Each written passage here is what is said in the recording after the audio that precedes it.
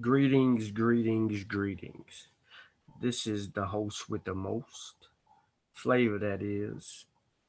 Any red Sean Calfani. Greetings, greetings. Mossy Warrior Clan member. Seshu Mani Metal Nature member. Pseudo Killer member. Live on deck and direct. Just letting y'all fill up the building, man. Please come in when you come in the house. Like the show, share the show, tell a friend, that Sean has hijacked Kofi Pasta TV.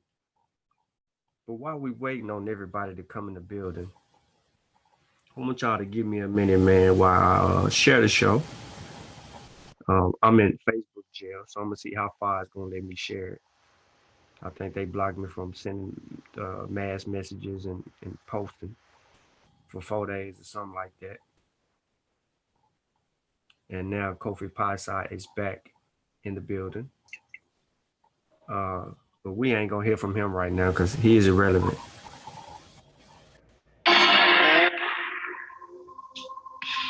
Peace, Chavers. Share the show, share the show, share the show. Rasta raising his hand. I remember talking about we gon' get this money, go get this money. Kofi, you got control, bro. You can make him promote it. From my cell phone? Yeah, because you logged in, it made you the host again.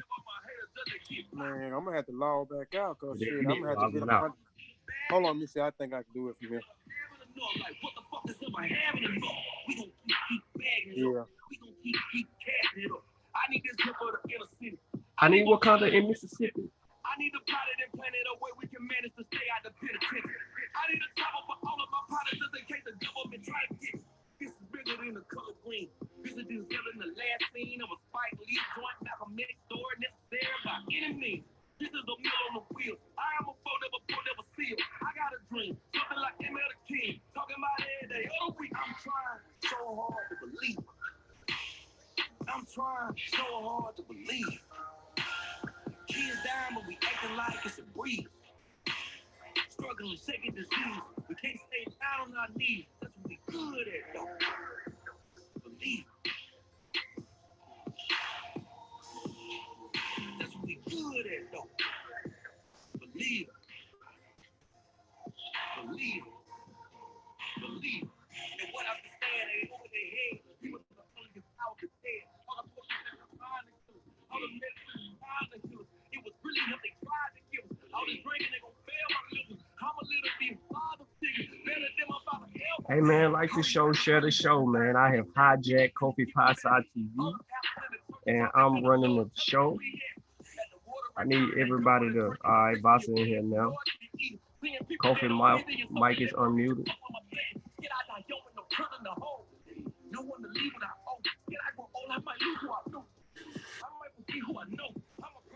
All right, now that we're in the building, man, you know what I'm saying? I'm not expecting a whole lot of people to show up today, but we can drive the numbers up if we stick to it. Kofi. Oh, yeah. You got something you want to say, man, before we get started, man? You with us? Yeah, like my brother say, like the show, share the show. I always want to give honor and praise to the ancestors and the elders. So I want to say, Majuba Iba E Lakba, Majuba Iba E Lakba, Majuba Iba E Gungun, Majuba Iba E Gungun.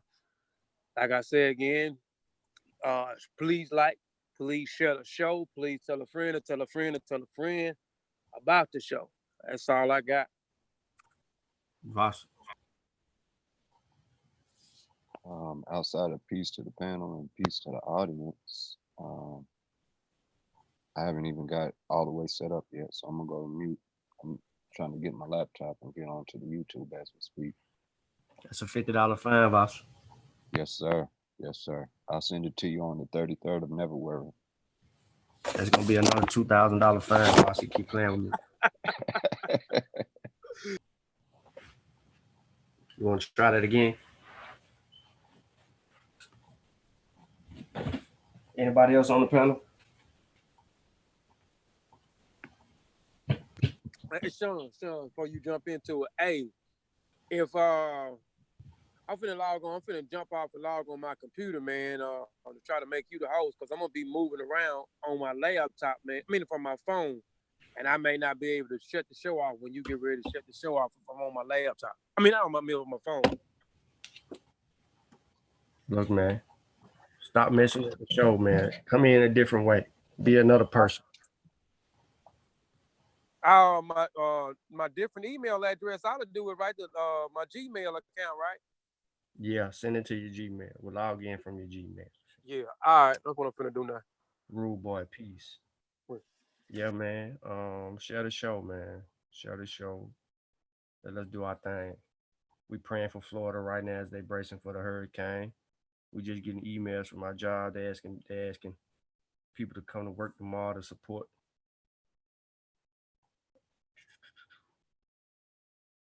I might go in there and support. I ain't gonna go in there and do no work. Boss, you got anything else you want to add before we get started? While Kofi trying to figure out he gonna host or not. Boss, you got anything else you want to add before we get started? You gotta cut your YouTube off, bro. No, sir. No, sir. I'm waiting to see All right. you rock it out. We're gonna get back to this.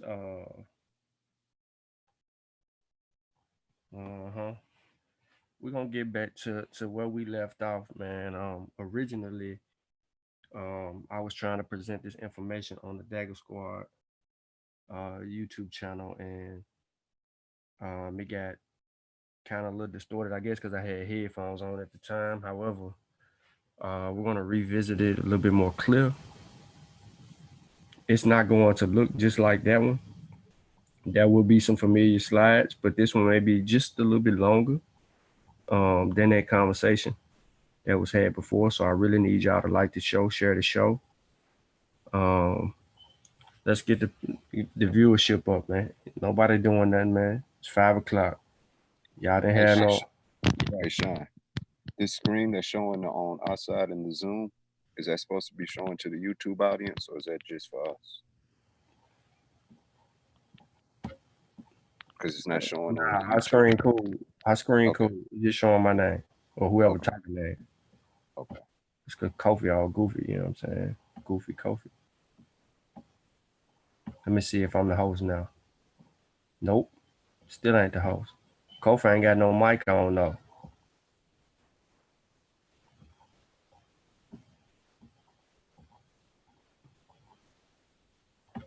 Where your mic at, Kofi? Kofi. Say something. Boy, y'all should see this dude. Anyway, I'm gonna go ahead and get started, man, while this dude playing. See if I can share my screen. Kofi, your mic. All right, there go your mic. Okay, still say you the host though, bro. You gotta go on the thing and just it's a way that you can make me the host. Yeah, hold on.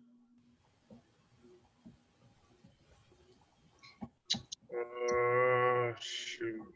Let me go on a participant. Co-host more. Yes. You the host now. I'm the host with the most. Now I can kick your butt off this panel. Yep, I got control. All right, I'm ready to rock out. So Kofi to muted his mic, y'all. We're gonna go ahead and get started. I'm gonna share my screen.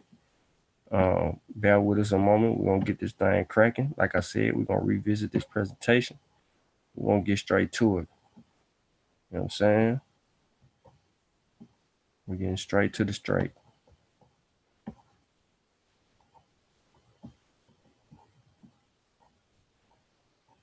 Okay, y'all let me know when you can see it on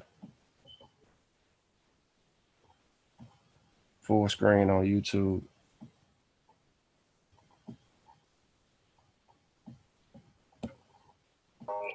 Yeah, you good. All right. So again, man, Christ and Kemet by any Red Sean Calfunny. Again, you know what I'm saying? I want to say peace to the chat. Thank everybody for tuning in. Hopefully, you know, we learned something today. Trying to slow things down and kind of get a true understanding of where this energy is coming from. Um, you know, we have people mislabeling uh, traditions and cultural practices of Africans. Uh, you know, we got that going on. We got like a slew of uh, craziness of people infusing religion and hiding it. You know, this religious rhetoric behind African systems. And we need to know where that energy is coming from. I think we need to be more in depth with our research and understand our studies. And just because somebody did something great does not mean that they did it the correct way. It does not mean that they can't be corrected if we find something in their work that they may have missed. White, black, red, brown, orange, green, yellow, I don't care what they look like. Um, we don't have to appeal to authority in our research. We just continue to lay all the information out. And then in the end, we come up uh, with a, you know, a probable solution or conclusion that will, you know, satisfy the masses of, you know, stand the tested. However, my research questions was where did this claim of Christ, the meaning Christ, come from? Is G Massey, Gerald Massey behind the whole Jesus Heru myth? All right. So in my hypothesis, I originally state that when I first heard about the origins of Christianity being in ancient Kemet, I read it on a Facebook post where someone had posted a meme on the Holy Trinity. Then I was introduced to a brother named Seti who referred to this as referred to this as well in the presentation I watched on Black News 102. I continue to see other people share this same sentiment elsewhere on social media. I began to believe based on popular belief. So I assumed honestly that this was the case despite being shown any evidence of such. I never asked for evidence, nor did I go looking for it in the language. I was being perfectly honest here. At the time, I did not even know the language, although I was interested in it. As I began to learn the language, I started to see this meme resurface and gain ground among other people who seem to be coming into this information. Christ just culturally seemed acceptable for me, and I started to assume his roots had European influence. Upon watching more of Seti's presentations, I noticed he liked to use Gerald Massey as a source for his information on Kemet. He would advise us to go research Gerald, but he would also say that ain't no cracker cracked our code.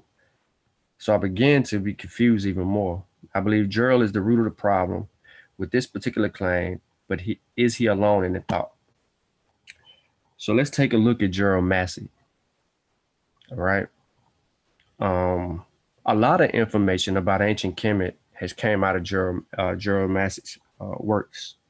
Outside of you know, the well-known, renowned Egyptologist E.A. Wallace Budge, Massey comes up a lot. He was born in 1828 or 29 or whatever, one of them days. And yeah, he was born in 1828, and he, you know, transitioned in 1907. Was an English poet, a writer of spiritualism in ancient Egypt. He was attracted by the movement known as Christian socialism, into which he drew himself the wholehearted vigor, and so it became associated with Frederick Denson Morris and Charles Kingsley. Massey first published the Book of the Beginnings, followed by the Natural Genesis. His most prolific work is Ancient Egypt, the Light of the World, published shortly before his death. One of the more important aspects of Massey's writings were his assertions that there were parallels between Jesus and the Egyptian god Horus, primarily contained in the book The Natural Genesis, first published in 1883. Massey, for example, argued in the book his belief that both Horus and Jesus were born on virgin births on December 25th, raised men from the dead. Massey speculates that the biblical Lazarus raised from the dead by Jesus has a parallel in El Asar-us, a title of Wasir or Osiris, died by crucifixion and were resurrected 3 days later. Excuse me. In exploring the various Egyptian influences upon the Christian religion, one name frequently encountered is that of the late Egyptologist Gerald Massey. Born in abject poverty in England, Massey was almost entirely self-taught. Yet he was able to write and lecture about several subjects with tremendous erudition and authority. Despite his lack of formal education, Massey could read several languages, including not only English, but also French, Latin, Greek, and evidently Hebrew and Egyptian to a certain degree. In his scholarly works on Egypt, in addition to the available Egyptian sources, Gerald Massey utilized numerous other ancient texts, including Judeo-Christian writings such as the Bible, as well as those of early church fathers such as Justin Martyr, Irenaeus, Clement of Alexandria, Tertullian, Hippolytus, Eusebius, Epiphanes, and Jerome. Massey also cited non-Christian, Jewish, and agnostic writers such as Herodotus, Philo, Pausanias, and Valentinius, along with writings such as the Talmud and the Hindu Puranas. Having taught himself to read not only English but also several other languages, including Egyptian hieroglyphs as well as Sanskrit, providing extensive comparison between the two languages, Massey scrutinized and interpreted the texts and monuments for himself, such as the Book of the Dead, as well as the famous zodiacs in the Temple of Dendera and the nativity scene at the Temple of Luxor, texts and images that predate the Christian era by centuries to millennia. Regarding his abilities with the hieroglyphs, Massey states, although I am able to read the hieroglyphics, nothing offered to you is based on my translation. I worked warily for that. The transcription and literal renderings of the hieroglyphic text herein employed are by scholars of indisputable authority. There is no loophole or escape that way. Now I want y'all to think about that. Massey is giving someone else the ability to translate something that he says that he knows how to do. 1, 2, he is also stating that it would be indisputable authority based on the people who are actually presenting this information. So to me, that means that this information should be flawless, and we can take it as is, and we wouldn't find any problems in that. Now, I think that one of Massey's sources, which we'll get into, or both, have some discrepancies in a lot of their translations with a lot of text in ancient Kemet. Before we conclude or go any further in the presentation, I want you to know that I have not read Massey's works in its entirety. I have been spending the last 2 weeks like reading a lot more than where I was in that, but I wasn't reading it to try to debunk it or tear it apart or anything like that. It was just trying to understand Massey as an author and why he was writing the way that he actually was writing. So I will honestly say that this is not the scholarly thing to do. Therefore, we will not be critiquing Massey's work. We will only deal with the research questions at hand. So here's one of Massey's work. This was like a lecture or a lecture, so to say, and it's The Historical Jesus and Mythical Christ. Massey was heavily built on this parallel. In a lot of his works, he continued to compare Christianity and the traditions and cultures of ancient Kemet to that of what he was more familiar with because he grew up a Christian, right?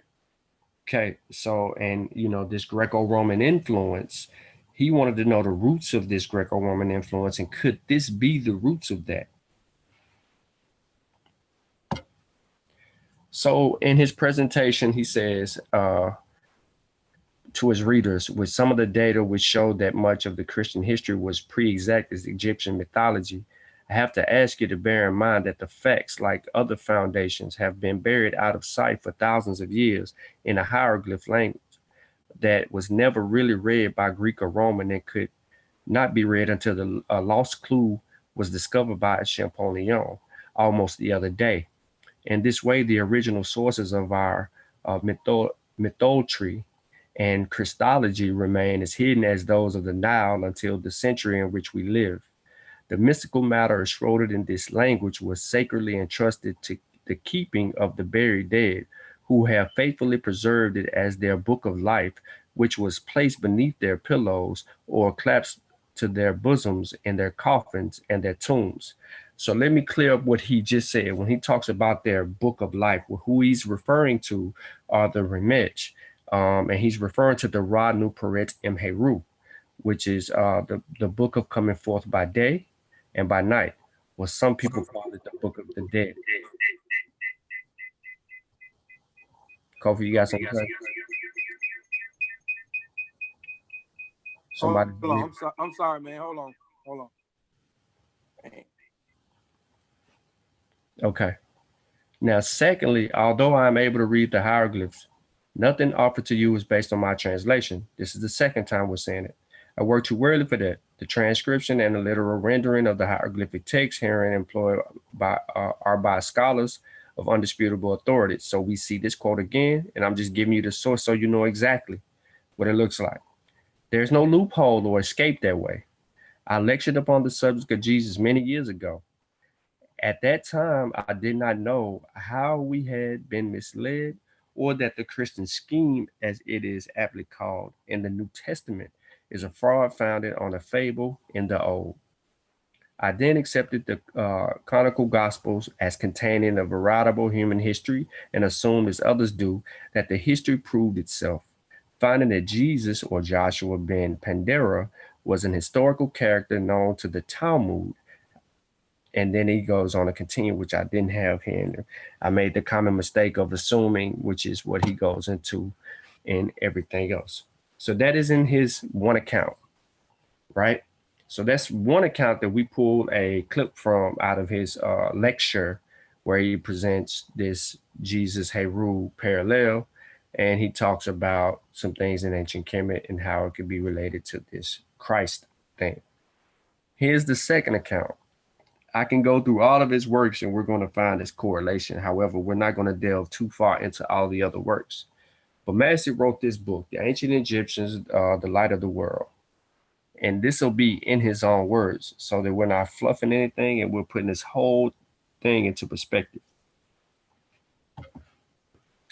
The mythical idea of a savior child was Egyptian, but this idea did not originate in the human child. The child was preceded by other types of internal ever-coming youth. Each year, salvation came to Egypt with the waters just in time to save the land from the drought and famine, and the power that saved it was represented by the shot of the papyrus or the fish as a bringer of food and drink, on which the salvation of the people depended, and the bringer of these was Horus the Savior and the Masus, or they would say Messiah of indignation. Horus was Joktan, who rose up on Orion full of wine, with crater for his constellated cup that held 7,000 gallons of intoxicating drink. I hope y'all following me. Horus, who brought the grapes to make the wine, who drowned the fiery dragon Hydra, was he who came to Egypt as veritable savior once a year. The same mythical character passed into Greece and is also repeated in the canonical Gospels as the wine bibber who comes eating and drinking. In this way, the birth of the child at Christmas and the rebirth at Easter came to represent the keeping of time in the great year, which can be calculated by the two processes of reckoning from the original starting point. On the one hand, the lapse of time in the course of precision is 5 months, the equinox passing through the 5 signs, that is from July 25th, the first of the Tahat, to December the 25th. On the other hand, the time taken for the equinox to travel through the 5 signs is the exact equivalent in the great year to the 5 months lapsed in the solar year of 365 days. The reckoning has to be made one way by the lesser year, from the July 25th to the December 25th in accordance with the natural fact. The other way it is to be computed on the scale of the greater year and the cycle of precision. The total result of the twofold and verifiable computation is that on the one side, we are ultimately landed with a birthday of Eusa in the solstice at Christmas. And on the other hand, we are landed with the birthday or day of rebirth for Eusa at Easter, when the equinox was entering the sign of the fishes about 255 years before the time that has been falsely dated BC.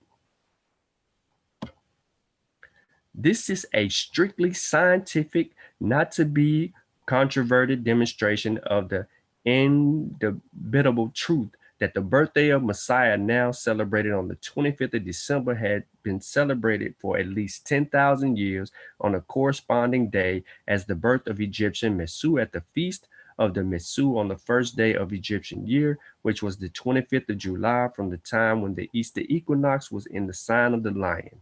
There is evidence also that the lapse of time was religiously rectified in the readjustment calendar according to the course of precision from July 25th down to December 25th, when the winter solstice coincided with the sign of Sagittarius and the vernal equinox first entered the sign of Pisces in the year that was erroneously dated. We have a bunch of things going on right here that I have a problem with. I don't know if anyone in the chat is even up on the arguments at all, or if you're okay with astrology, but this is being infused in this whole argument right here. Okay? So I want to be clear here. This man just threw astrology at us, infusing it into a system that, to people that they wasn't throwing around signs. They wouldn't call themselves Sagittarius, Pisces, and, Libras, and they wasn't doing that.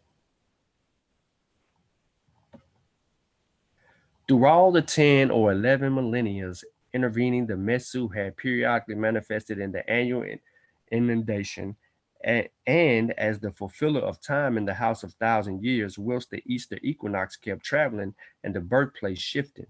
From Virgo to Lion, from the lion to the crab, from the twins to the bull, from the ram to the fishes, all that went to the making of the latest legendary savior, bearing the false belief was pre-exact on entirely other grounds in the Egyptian mythology and eschatology. And when the Easter equinox entered the sign of the fishes about 255 BC, the Jesus, who is the one verifiable founder of so-called Christianity, was at least 10,000 years of age and had been traveling hither as the ever-coming one through all this period of time.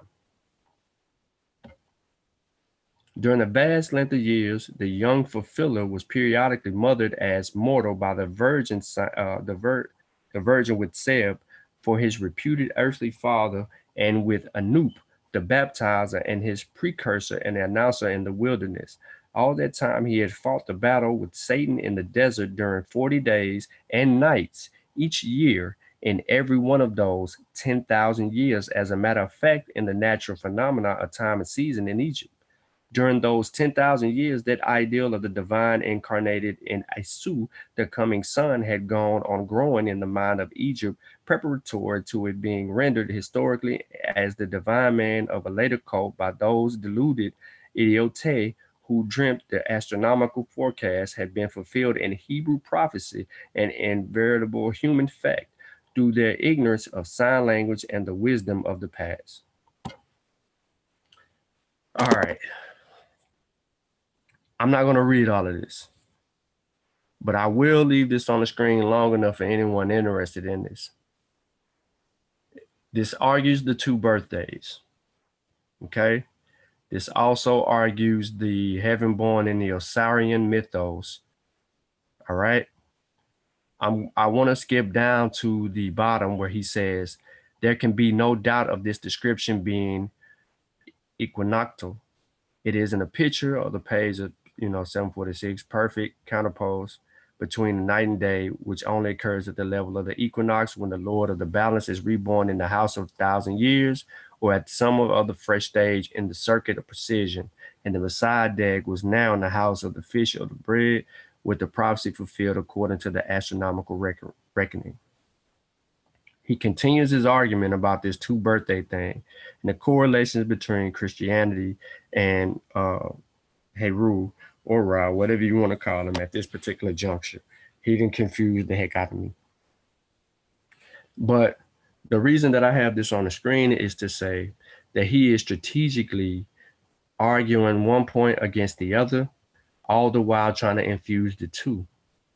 And this is the pattern that you see in many of his works. Let me continue. All right. So it was the custom at one time in Rome for the mummy. All of this is coming out of his work. It is the custom at the one time in Rome for the mummy or corpse of the dead Christ to be exhibited at the churches on the Holy Thursday, the day before the crucifixion. And if the symbolical corpses is not now exposed to the public gaze, the Holy Sepulchre, if I said that correct, is still exhibited. This has the appearance of commemorating two different deaths, the only explanation of which is to be found in the Egyptian mythos. I'm still waiting to find all this information that he actually had in this book.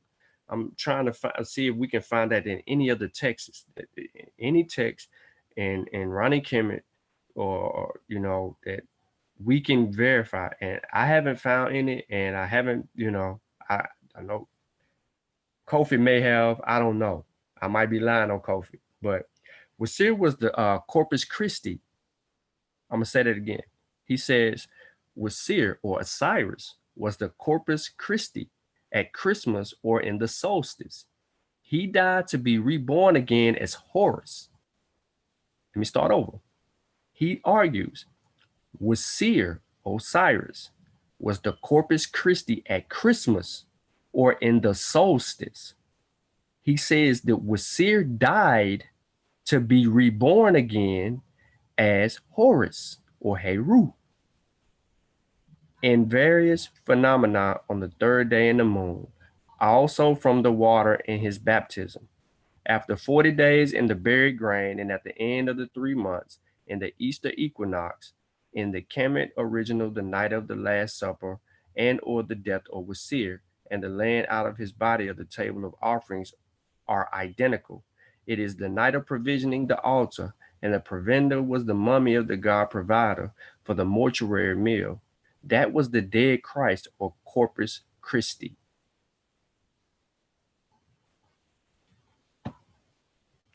We shall find the Virgin Mother of Jesus, the divine sonship of Jesus, the miracles of Jesus, and the sacrifices of Jesus, the humanity of Jesus, the compassion of Jesus, the sayings of Jesus, the resurrection of Jesus had all been ascribed in early ages to Isu or Esu, the son of Esuyah and of Atum-Re. Thus, Egypt was indeed the cradle of Christianity, but not of current delusion called historic Christianity.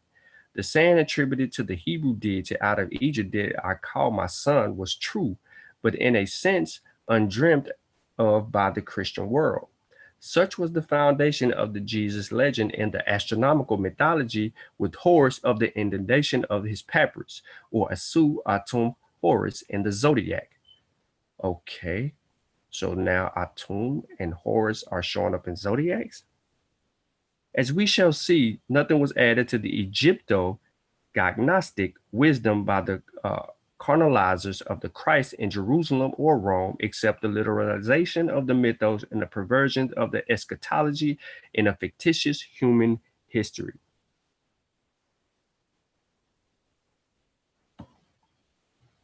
In the transition from the old Egyptian religion to the new cult of Christianity, I'm going to say it again. In the transition from the old Egyptian religion to the new cult of Christianity, there was no factor of profounder importance than the worship of Serapis. As the Emperor Hadrian relates in his well-renowned letter to Servianus, those who worship Serapis are likewise Christians, even those who style themselves the Bishop of Christ are devoted to Serapis. The very patriarch himself, Tiberius, head of the Jewish religion, when he comes to Egypt, is forced by some to adore Serapis, by others to worship Christ. There is but one God for them all. Clearly, this was but a difference in type and title. According to inscriptions at the Serapeum of Memphis, the ancient Egyptian Serapis was born of the Virgin Mother when she was represented by the sacred heifer, a far earlier type than the mystical human virgin. Serapis was the second life of Ptah. Hence, as Diodorus says, Serapis was a name given to all persons after their death or in their resurrection. Now, if you're very familiar with the Remech, the culture and the traditions, or the netherworld or underworld books or texts, you know, this whole Ranu Peret Imheru was a manual to help you get to becoming an ancestor in the afterlife, right? The ultimate goal was to be an ancestor. We see this in all the traditions across the continent and customs. Okay. And so when we hear that someone say, in this instance, Diodorus says, Serapis was a name given to all persons after their death or in their resurrection. All of a sudden, they have forgotten that Wasir, that good old name Wasir, is now voided out, and now they have entered in Serapis. Because you got to deal with Wasir when you're dealing with ancient Kemet, especially in the underworld texts, right? The goal was to also become a Wasir, not only an ancestor, but a Wasir, right? We ain't got to elaborate too much on that. You want to know more information, subscribe to the Set Shumani Meta Nature YouTube channel. And there's some jewels always dropped on ancient Kemet. Now, prehistoric Christianity was founded as Egyptian on the resurrection of the human soul from the death and dumb, the blind and impotent inertia, image and death, and in its coming forth today as demonstrated by the reappearance of the Idilim, or double of the dead. The Egypto-agnostic Christ only existed in the spirit as a spirit or a god. There Christ was represented by the superhuman types of the risen mummy, the eight-ray star of the pleroma, the divine hawk, the mystical dove, the sacred beetle, the lionfish or lamb, not by the man in the individual form of historic personality. That is why there is no portrait of the man Christ Jesus. There is no human portrait for the reason that there was no man.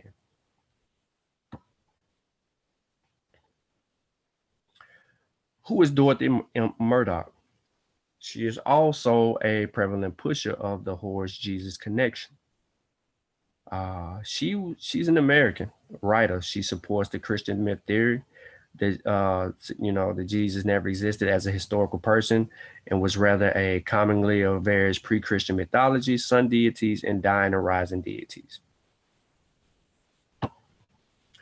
She wrote and operated a website focused on history, religion, and spirituality, and astrotheology. She asserted that the pre-Christian religious civilizations understood their mythologies as allegorical, but Christians obliterated evidence to the contrary by destroying and controlling literature when they attained control of the Roman Empire, which led to a widespread illiteracy in the ancient world, ensuring that the mythical nature of Christ's story was hidden.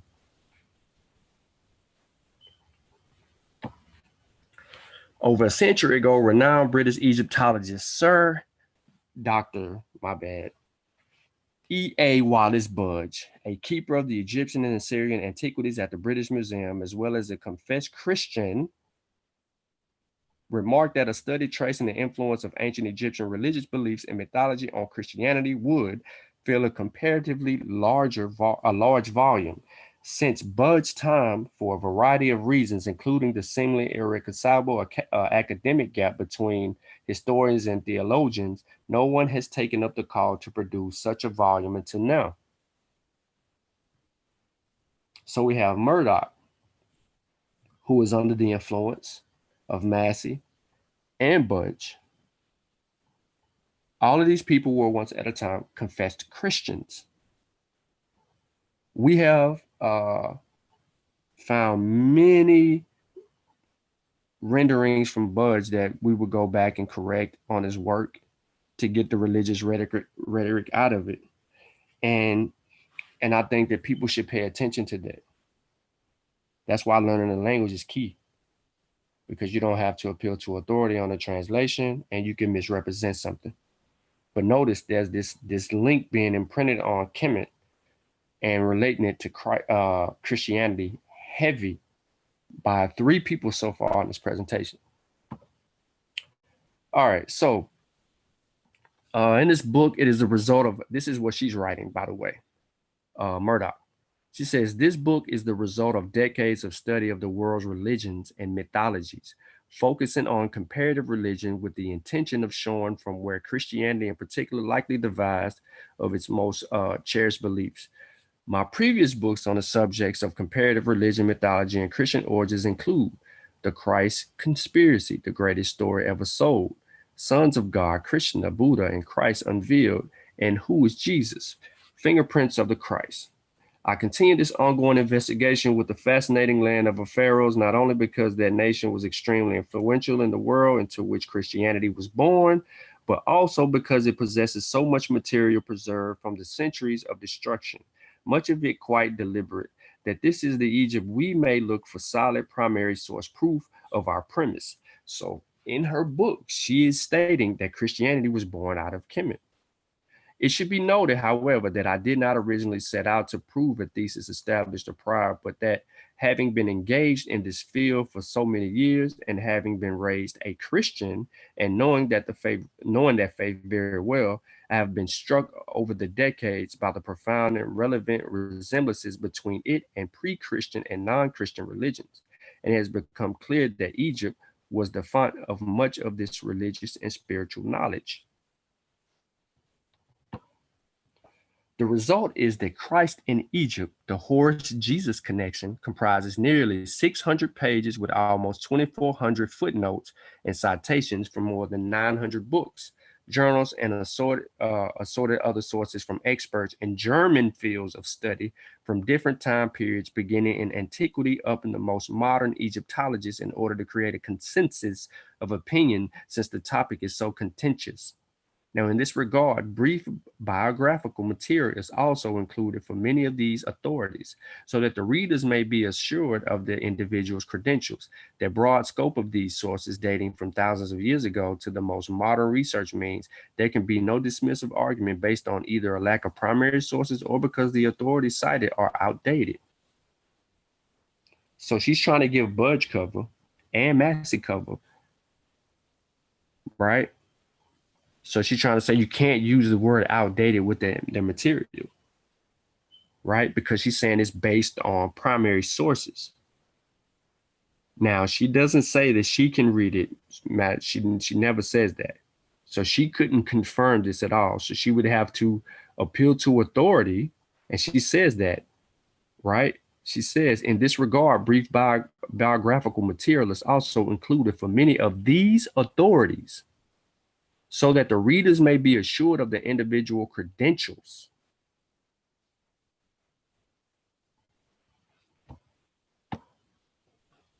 She also wrote against the ancient astronaut theories, asserting that they may be prompted by the same type of motivation that produced the Bible. A chronicle largely consisted of plagiarized myths of other cultures, refashioned in historical facts concerning purported historical characters, and may be driven by the attempt to validate biblical mythology as historical under a new pseudoscientific interpretation. Now, she says in her book, Gerald Massey was very influenced by the work of Dr. Samuel Birch. Also, Birch and E.A. Wallace Budge have some good connection. But it says archaeologist, Egyptologist, and the keeper of the Department of Oriental Antiquities in the British Museum. The creator of the first alphabetical arranged Egyptian dictionary, Dr. Birch, also was the founder of the prestigious and influential Society of Biblical Archaeology, to which belong many other notables in the fields of archaeology, Assyriology, Egyptology, and so on. Now, I can say this on Kofi's channel, maybe, I don't know. Maybe I shouldn't. However, yes, we have been told that there are some discrepancies in a lot of the dictionaries, and that there will be more information in future projects that will come out to correct some of the misinformation in the dictionaries, to challenge that information linguistically, and to promote, a better understanding of the Remech. Now, much of this eye-opening work on a comparative religion, in fact, emanated from this august body of erudite and credentialed individuals. Birch held many other titles and honors, including from Cambridge and Oxford universities. His numerous influential works on Egypt, including the first English translation of the Book of the Dead, were cited for decades in scholarly publications. So she used Budge, Birch, Massey.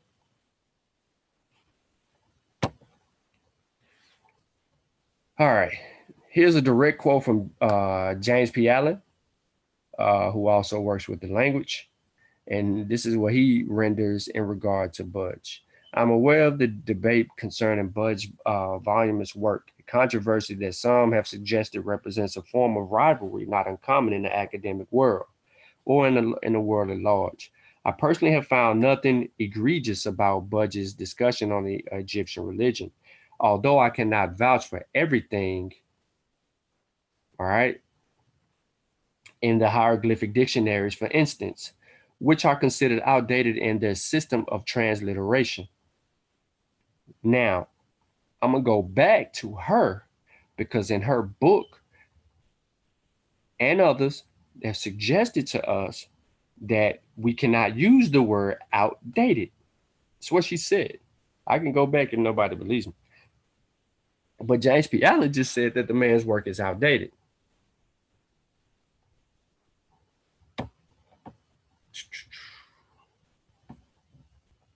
Hold on, y'all.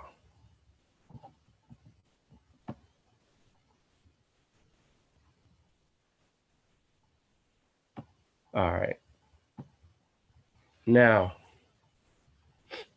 nor can Budge be criticized for venturing what turned out to be certain flawed dates of pharaohs and texts in consideration of the more limited knowledge of those particular subjects at the time. In general, Budge did very well in his estimations. He wasn't all the way accurate, but he's P. Allen is just saying that he was close.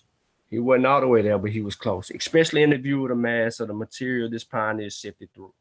And Budge, he went through a lot of work, and we can find a lot of mistakes in Budge's work.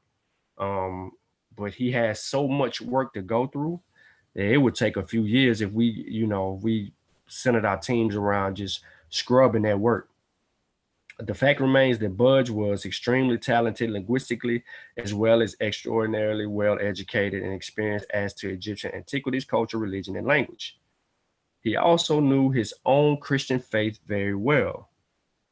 As evidenced by his remarks thereupon, I therefore provide Budge assessments of Egyptian religion, including some linguistic interpretations, but no subject that would become obsolete within a decade since his passing. Moreover, in comparing the older and newer editions of Egyptian texts, I am not convinced that the latter are always superior in terms of translation.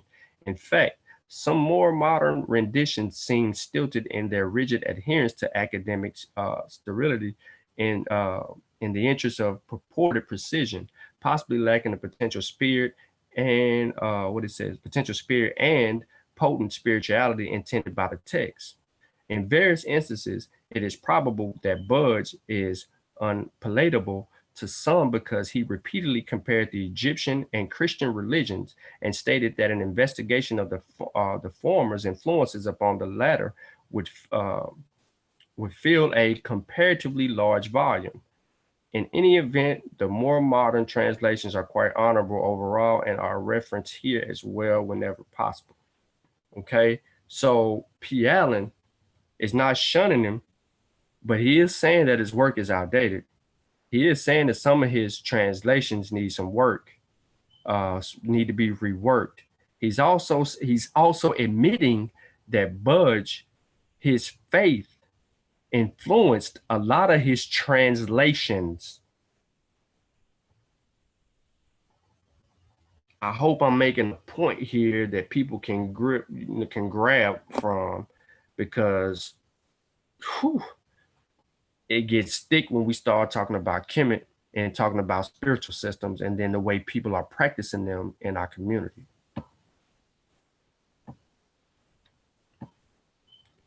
Budge was also interested in the paranormal and believed in spirits and hauntings. I want y'all to hear me out. Budge was also interested in the paranormal and believed in spirits and hauntings.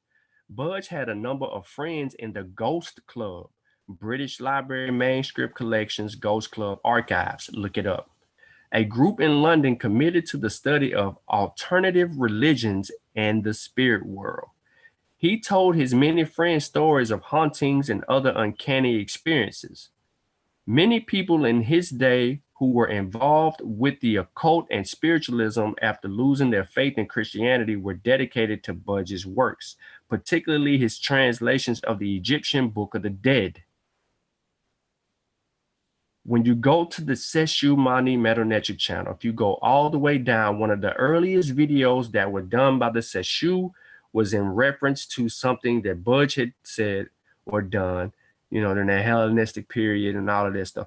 Go look it up. There was some corrections done on Budge's work, and it's much, much more that what actually can be done on Budge's work, but we haven't took the time to do it. But such writers as the poet William Butler Yeats and James Joyce studied and were influenced by his work of ancient religion. Budge's work on Egyptian religion have remained consistently in print since they entered the public domain.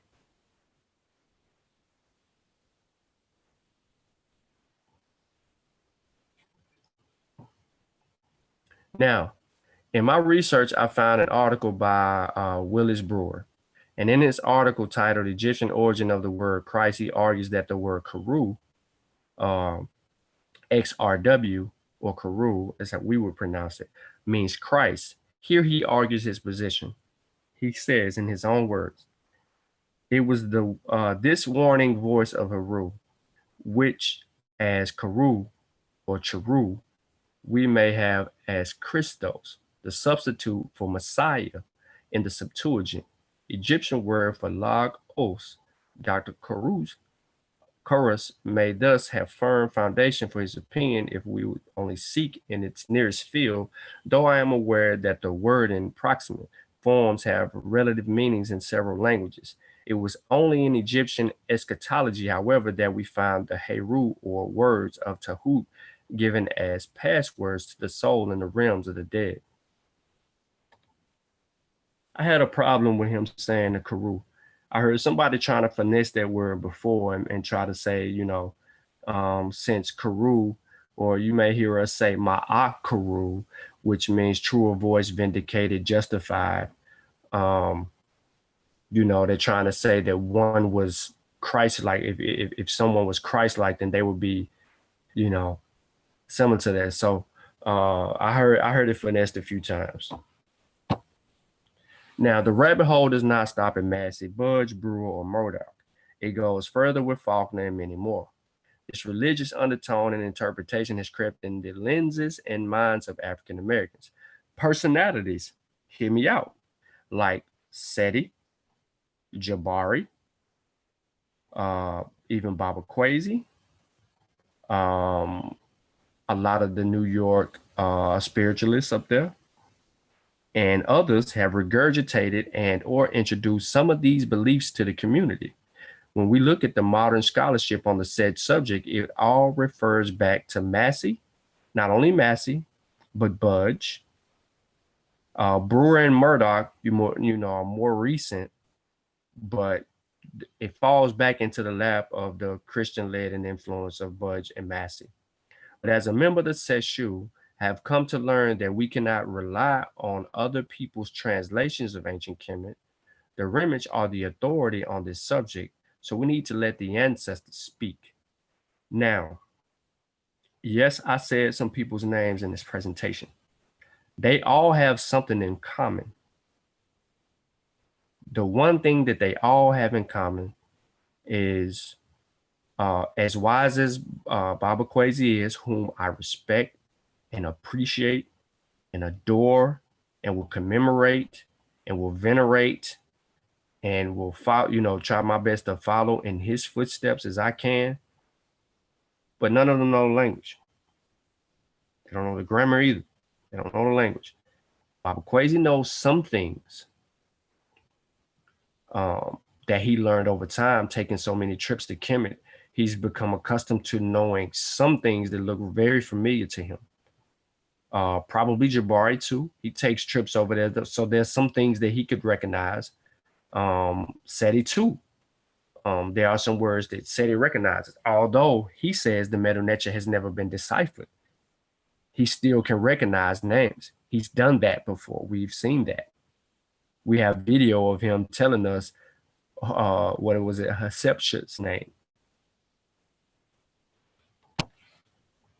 So in the continuation of this presentation, we'll go through, some entries, and we'll deal with this word Krst doesn't mean Christ. So the first one, if you look at the renditions that are recreated through the JSesh, we have Krst, Qrst, which means Kalistis bread. I don't know what kind of bread that is, but maybe it's got something in there that'll, make it sweet for you. And then we have Krst, with the determinative of a man laying flat on his back, which is a burial intimate. And then we have Krst, which also means a burial. And then we have another one, Krst, with the determinative of heels, which means burial as well.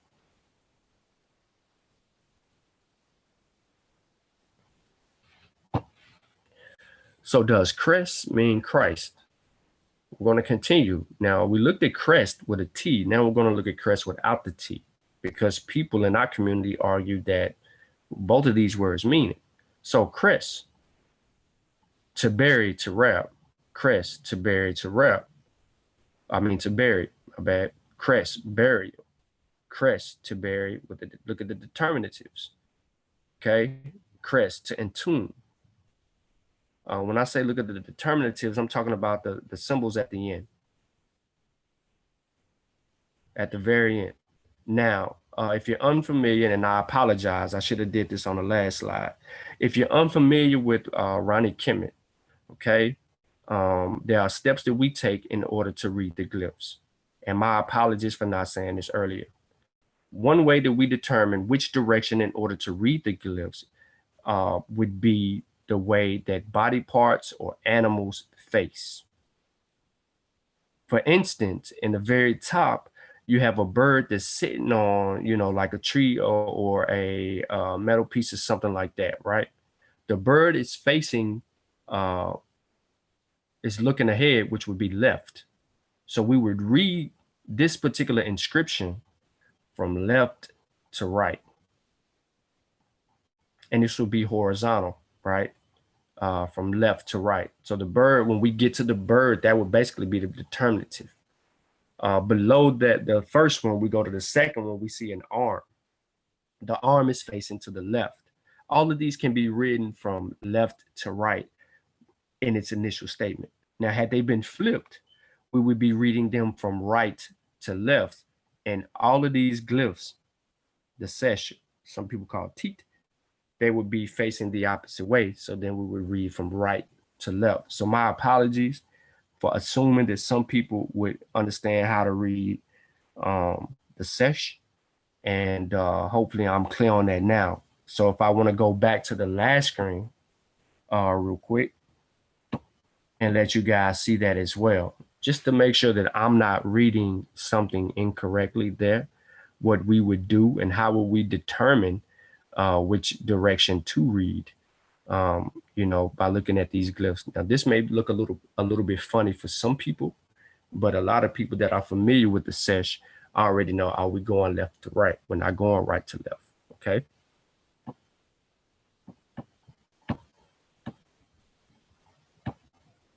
Now, does the word Karu or Karu mean Christ? As Brewer argued in his article. So we have the P8 glyph,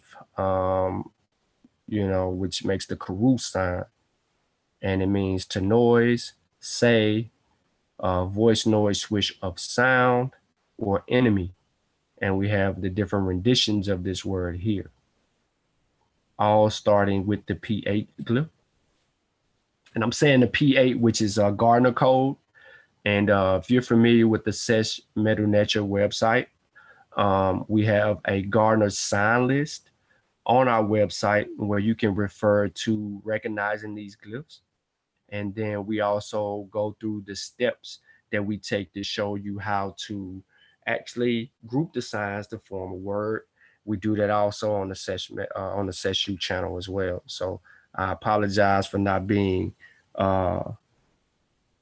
very clear on that. I should have been. For a lot of people who may not be familiar with our work that watch the video, there are steps that we take, the 4-step process that everybody must learn in order to transliterate and translate the text. And we go through those on our videos, so I won't repeat it here, but I would say subscribe to the Seshu Mani, that's Seshu, Seshew, Ma, M-A-A, Ni, N-Y, Medu, M-E-D-E-W, Netcher, N-E-T-C-H-E-R. Look us up on YouTube. Now, does the cross, I've seen this in Seti's presentation, the Ankh and the cross, both symbols in his presentation that he did. I can give it to somebody. And he's comparing these two symbols. But he's not saying that one means Christ or anything like that. He doesn't even know that the cross means Emi. So he had an Ankh and he had Ankh and Emi. So side by side. And he was doing his lookership argument as he's well known for, especially in that time, in that era where 2015, 2016, where he just was freestyling the heck out of Kemet. But Emi means who is in or which is in. That's that symbol right there, that cross-looking symbol that many people like to say is that has to do with the church.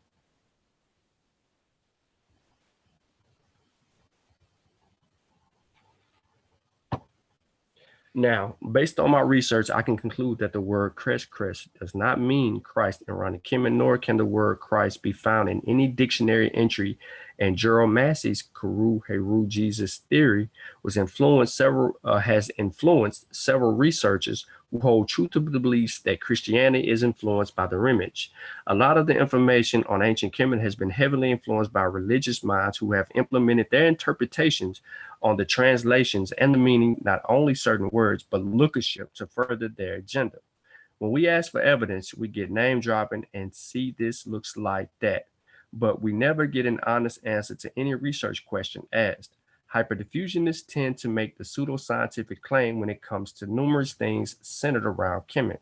This is one of many, and upon further research, I conclude by saying to anyone seriously interested in learning a language about learning anything about ancient Kemet, learn the language. Now, my sources, you can pause the video at this particular juncture and capture whatever you need to capture and deal with it from that perspective.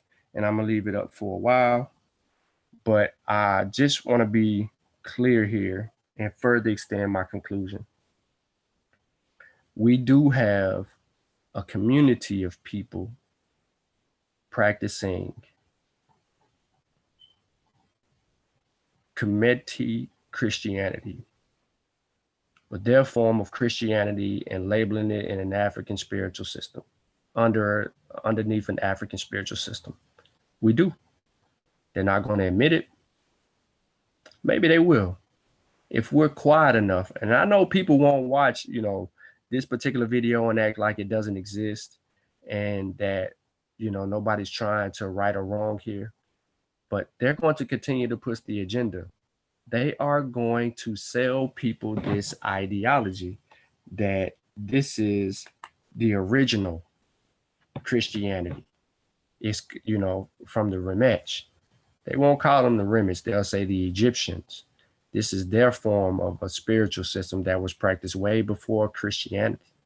All these stories and all these correlations and all of these things, all these sun deities, all of that. And it's going to be heavily influenced by Juro-Massey and Budge, because some people don't know the language. So what they're going to do is and even if they do know the language, they're going to go into a translation of the Ranu Paret Imheru, and then they're going to read from it. They're going to say, Ani said this, and this in the Paret Imheru. They're going to say this. I can play the videos. They're not going to show you their transliterations and then their translations. Said ain't no cracker cracked our code. But then he turns around and he's showing people videos and talking about Kemet again. We can't talk about Kemet if ain't no cracker cracked our code. So we need to be extremely careful about who's giving us this information on Kemet. These religious cults are a problem. They are not telling you the truth. Okay, they're telling you a version of what they think is the truth based on the rendition of someone else's translation that was heavily influenced by Christianity or occultism. Do we throw everything out? No. Ujawa would kill me if I say throw out Budge. He's going to say he's outdated, but we can update a lot of his information because he provided a lot of stuff for us. And he's right in that argument. But he would kill me if I say throw Budge out. I ain't saying throw nobody out. I'm saying go back and critique the work and do the research to correct the misinformation.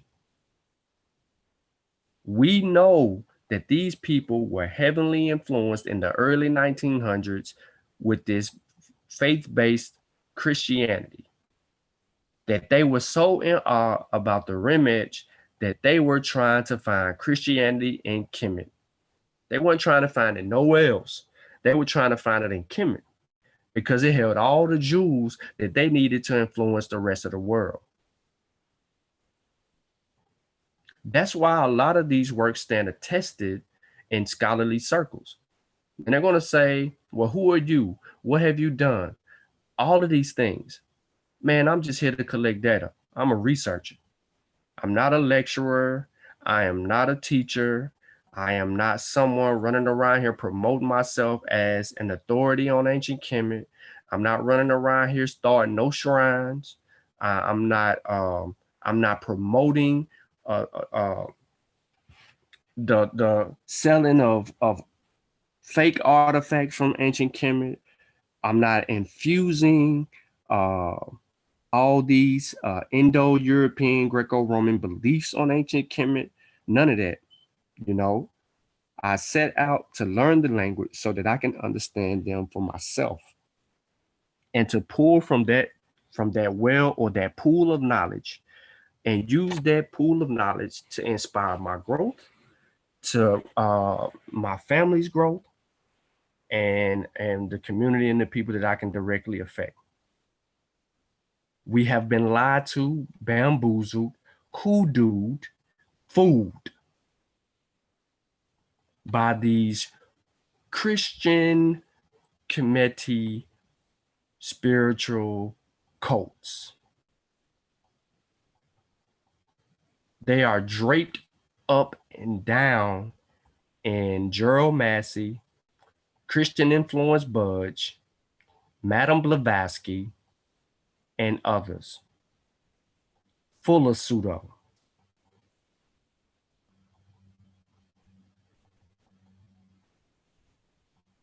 So I'd like to thank everybody for tuning into this part of the presentation. I'm going to stop sharing my screen and I'm going to mute my mic. And if Brother Vaasa or Kofi has something to say, since Kofi is gone to visit his father, if he wants his father to give us a sermon today or give us a lecture on what he talked about today at church, then we are open to hear Kofi's father and or Kofi and Vasa.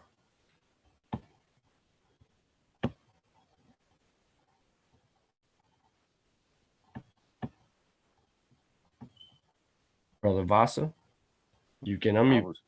I was waiting on Kofi since I'm the youngest.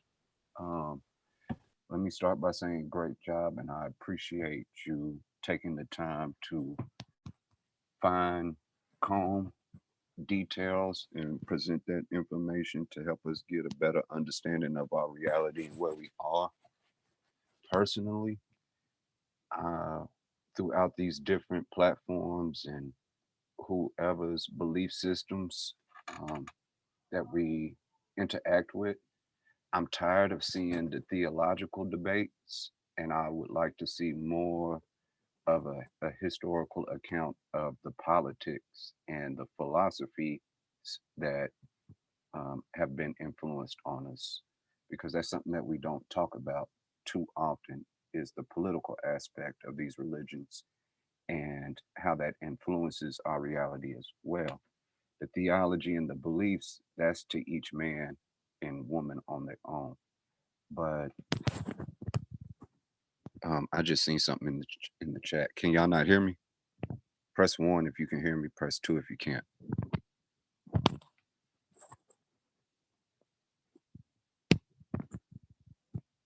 Can you hear me, Sean? Yeah. I can hear you. Okay. I think you sound a little low to the chat. Okay. I don't know how I'll be able to change that. Nah, But you loud enough. but yeah, that's what I would like to see. I would like to see us, break into the politics of it. Similar to what we see Danny do with MBK when he's trying to show how we use the church to gain political power here, and not necessarily focus on whether or not we truly believed in Jesus at the moment, but how we was using it as a tool for liberation, which encompasses the political arena. So we need to know that history as well, and that part is being swept under the rug. And I think what's really going on is a lot of these individuals are developing God complexes, and they just want followers. So, and I don't want to bash anybody because I got Christians in the family. There's nothing I'm gonna be able to do to remove that from my grandmother's lens. That's permanently in her psyche. So when I engage conversations with her, I just try to kindly point out historical facts, historical figures from our perspective and our history that were positive influences on our community. And I leave it at that. And then she slowly comes around to understanding where I'm going and what I'm trying to do and how I'm trying to carry the torch for Black empowerment.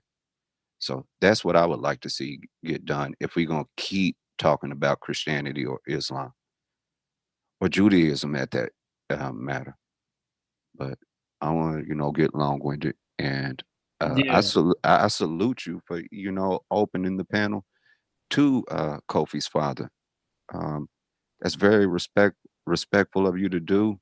And, that goes to show to what kind of character we have. We're not out to destroy anybody's belief. We just simply trying to show you, if you're going to do this, at least take the time to study the origins of it and do it properly. So let me go back to mute and see if Kofi's got anything to add. And if not, we keep building. Kofi ran off on us, man. You know what I'm saying? As usual. But however, if you look at the African the influence of the Abrahamic faith on the African, you will realize that the influence of faith first started with trade. These are trade religions. These religions dominated. These religions came um, with a hefty price tag. Sometimes it was get down or lay down. Sometimes it was what it was, and that's what it was gonna be. So um, we haven't even understood the whole political perspective of what these Abrahamic faiths are, because we know the whirlwind of confusion it caused to our ancestors and our lineage as a whole. So we we tend to shy away from it. I think that what y'all was saying one day, that if we really just, there's really nothing wrong with the system. It's something wrong with the way that people used it per se. Now, many people will argue against that or for it, or, however, I tend to stay away from that. The way that it was used to enslave uh, our people, I have a problem with it. I would rather stand on the shoulders of my ancestors and their traditional ways, spooky or not. Um, I would rather stay there with it. Um, I'm tired of that crutch being on our people to a degree that we can't even put these things into cultural perspectives and see, okay, this is why certain people use this to improve their position to where they were, like you were saying earlier about, what Danny was saying, how people 100 years ago was using Christianity to move the needle forward for Black people. They did that. A lot of the American Negro Society, a lot of them in that society, when they, put together the study groups, the ANA, the American Negro Academy. I'm sorry, I said society. Um, a lot of those people were Christian. They were converted to Christianity. They were told about Christianity or whatnot, and that's the way they rocked out. Some people would argue that a lot of the people that had success or who became known or well studied and were able to control some things in the early 1900s was because they accepted Christianity and they did missionary work for the American Colonization Society. Some people argue that perspective as well, but personally, I think that we are trapped inside of, what Wujawa always says, we dirty, we filthy, we just want to change clothes and not take a bath, and we have to do more than do fake pseudo spiritual cleanings. We have to, if we're going to get rid of everything and start over, we have to really like fast from all the ignorance that we have known and start studying better.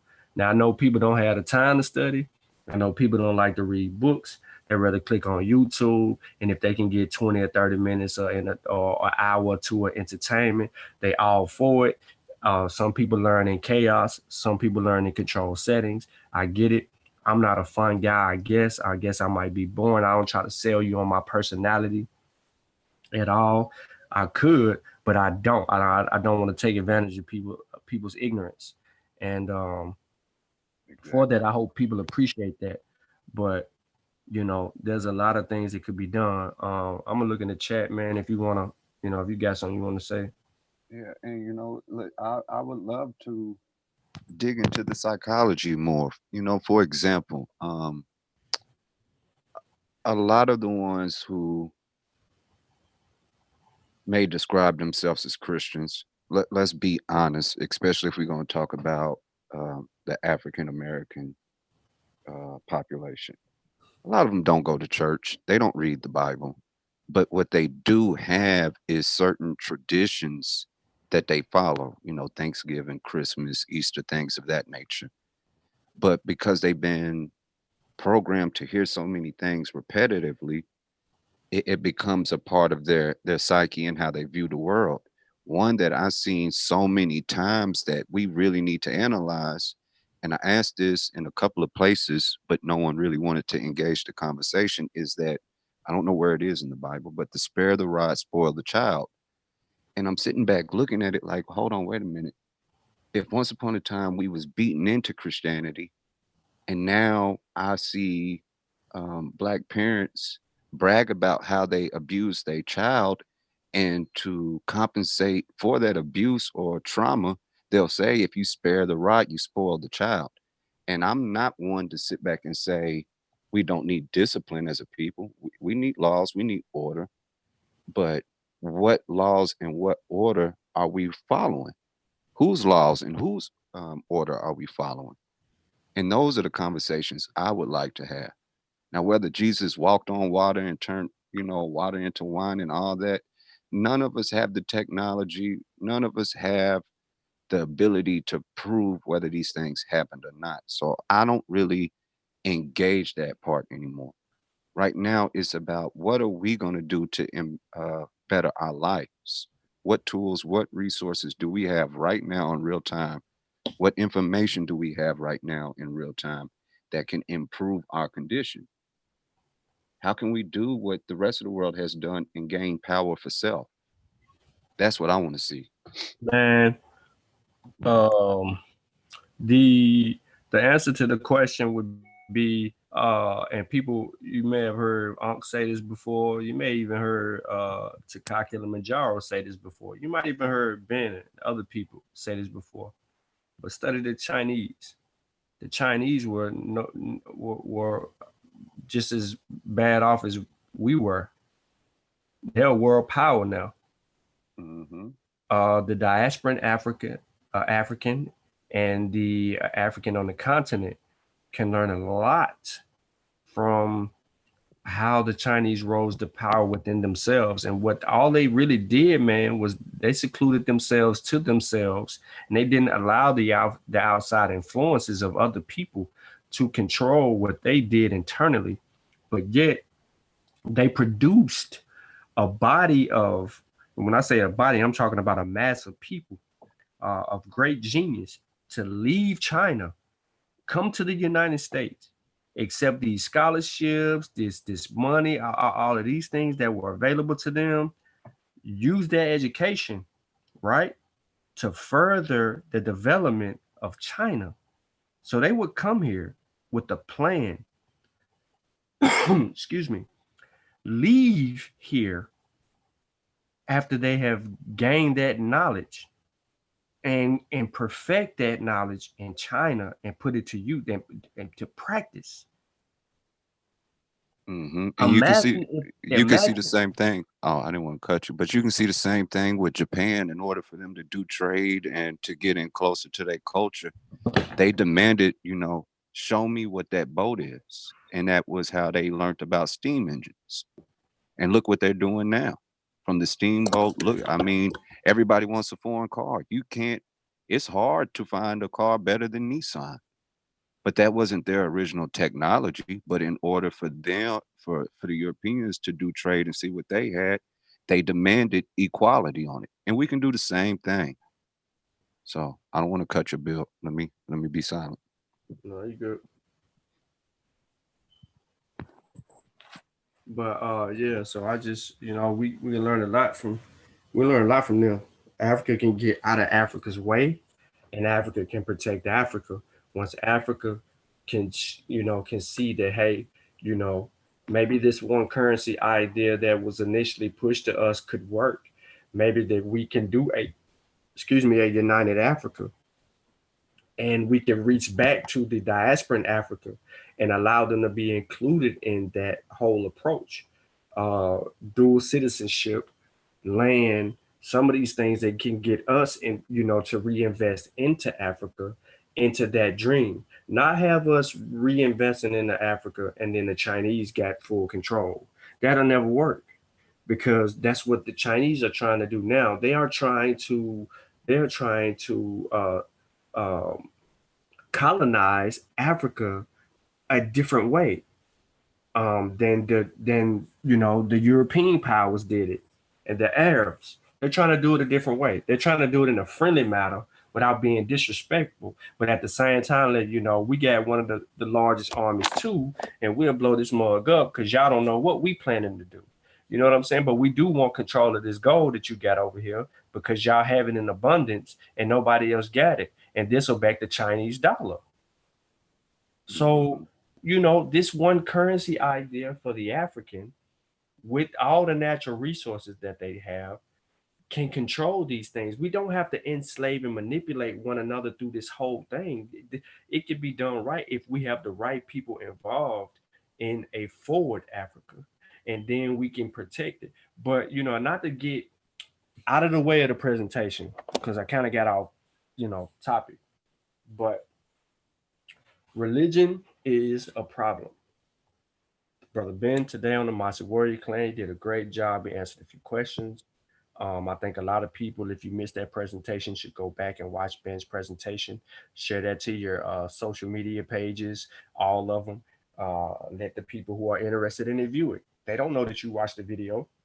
Share it. I mean, if you really mess with the Masi Warrior Clan, if you really mess with Km.t and the individuals that are presenting the information in the whole, man, share the video on your page, man. Let somebody know. Somebody that follows you, and when you dropping jewels, grabbing them jewels, sharing them and all of that, let them know, man, so they can see that information. This is what did today, what we continue to do on both these channels. We trying to educate the masses so that we can get out of our own way.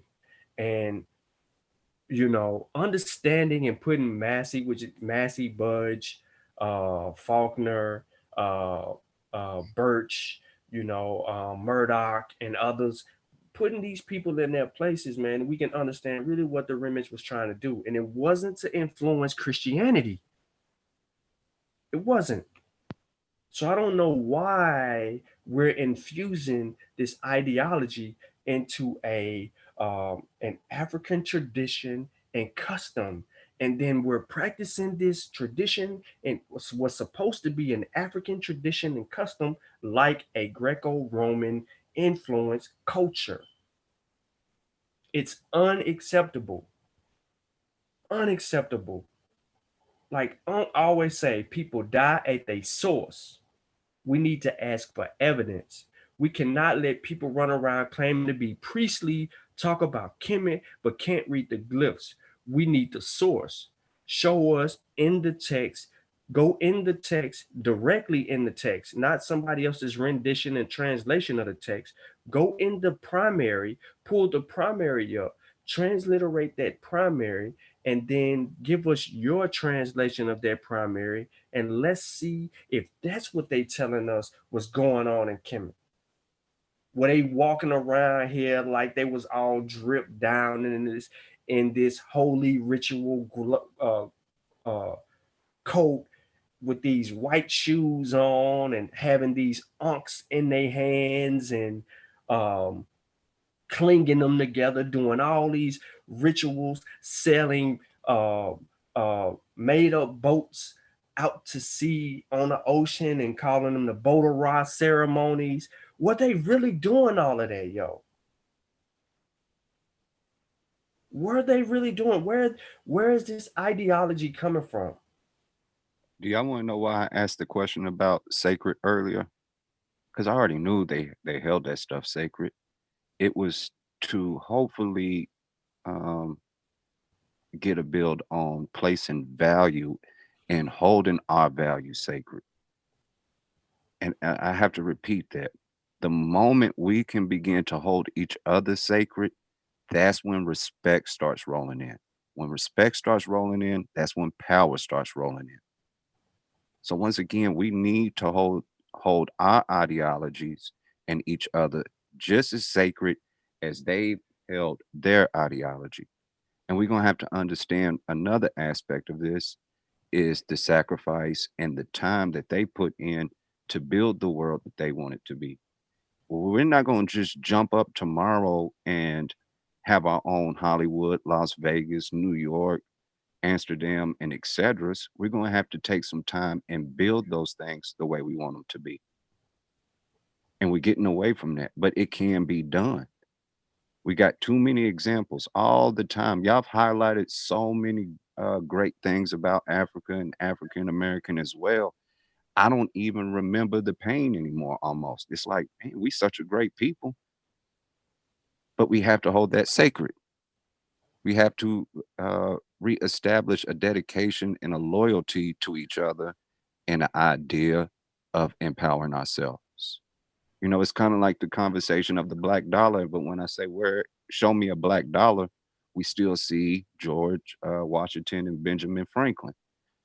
Then the conversation turns into, well, we can't make our own money until we have our own military. My mind is different. We can do it once you decide that you're going to be dedicated to that idea, that you're going to hold the idea of us having economic power sacred, that you are really, really about to make this happen. Otherwise, yeah, you're going to be walking on faith. You're just going to be hoping something changes versus becoming the action that influences the change. But you know me, I'll get long with it. I'll start taking this conversation way too far to the left. All So, right, y'all. So we're gonna end it on that note, man. Appreciate everybody tuning in, man. Like the show, share the show, subscribe to the channel. Apologize for Jolanda. I don't know why she got a wrench. She ain't doing nothing but blocking and muting people, and y'all think it be me. So on that note, you know what I'm saying? Tell a I friend, like how you snuck that in. tell a friend that we coming for all you fake spiritualists out there.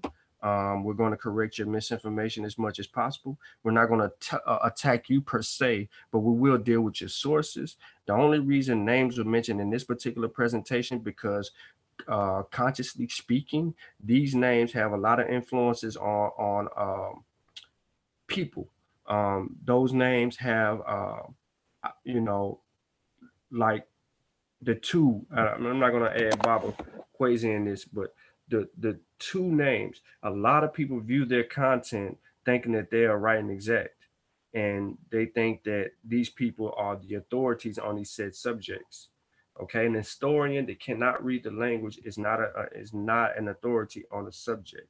He can only build on the historicity of a culture or a tradition or some things that or some events that have happened. But could he have those events wrong based on the transliterations and translations of those texts? Yes. So we need to be very careful in that. Now, do we throw everything away? No. Can we correct some things? Yes. Can we encourage people to learn a language? Yes. Will we prefer them to? Yes. Is it going to count against them their whole body of work? No. But we need to recognize what's what and stop being tricked. And I'm gonna just end it right there, man. Again, thank y'all for tuning in. Shalom Hotep. Enjoy your evening, your what is it, Labor Day or whatever is going on this weekend. Peace.